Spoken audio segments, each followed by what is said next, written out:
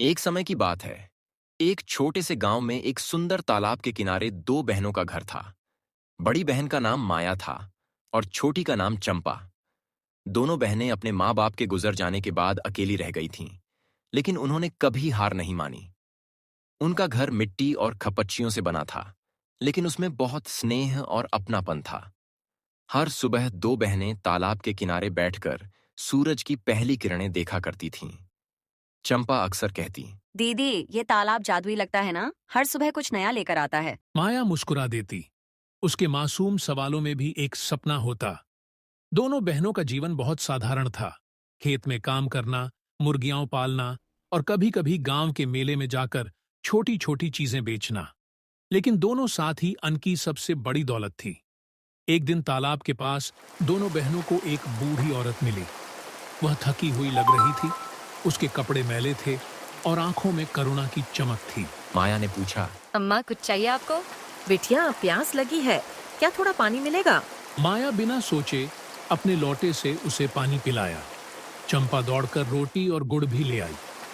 अम्मा ने पानी पिया, रोटी खाई और मुस्कुराई। फिर बोली, तुम दोनों बहनें बहुत नेक हो। मैं तुम्हारे लिए आशीर्वाद छोड़कर जा रही हूँ। कल सुबह तालाब में कमल खिलेगा, उसमें तुम्हारे भाग्य की कुंजी छुपी होगी। दोनों बहनों ने धन्यवाद कहा, पर मन में थोड़ी हैरानी भी हुई। क्या सचमुच कोई चमत्कार होगा? अगली सुबह जैसे ही सूरज निकला, तालाब में एक सुनहरा कमल खिला हुआ था। चंपा दौड़ी और उसे तोड़ लाई। कमल के अंदर एक छोटी सी लकड़ी की संदूक जैसी चीज थी। खोलने पर उसमें एक मानचित्र निकला और एक चिट्ठी। उसमें लिखा हुआ था, जो सच्चे दिल से सेवा करता है, भाग्य उसका साथ देता है। यह नक्शा तुम्हें जंगल के उस छोर तक ले जाएगा जहां तुम्हारा भविष्य लिखा है। दोनों बहनों ने तय किया कि हम डरेंगे नहीं। अगली सुबह हम दोनों ने अपना छोटा सा थैला बांधा और निकल पड़ी उस रहस्यमयी सफर पर। जैसे ही दोनों बहनें नक्शे के अनुसार जंगल में दाखिल हुए, वहां की शांति अजीब सी थी। पक्षी चुप थे और हवा में कुछ रहस्यमय सी गंध थी। रास्ते में एक वृद्ध साधु मिला, जिसने हमें चेताया, रास्ता आसान नहीं है बेटियों, लेकिन तुम्हारा दिल साफ है। तुम सफलता जरूर पाओगी, बस एक दूसरे का साथ मत छोड़ना। जैसे हो हम दोनों बहाने आगे बढ़े। अनहेन 3 परीक्षाओं से गुजरना पड़ा। 1, भ्रम की घाटी, जहां हर रास्ता एक जैसा लगता था, पर अनहोन एक दूसरे का हाथ पकड़े रखा और अपनी समझदारी से रास्ता खोज लिया।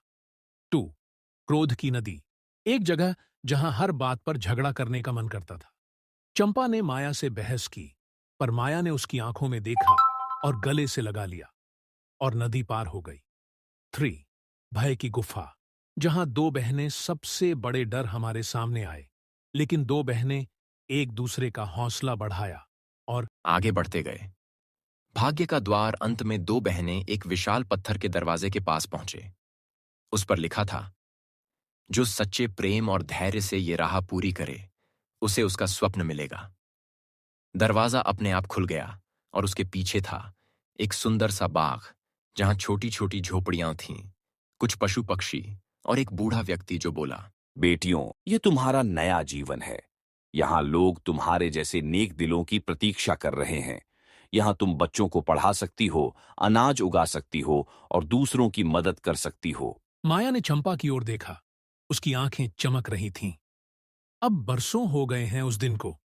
हमारा पुराना घर अब भी तालाब के किनारे है, पर अब हमारा यह बाग भी है, जहां हम और भी बहनों को अपनाते हैं, जिन्हें दुनिया ने अकेला छोड़ा।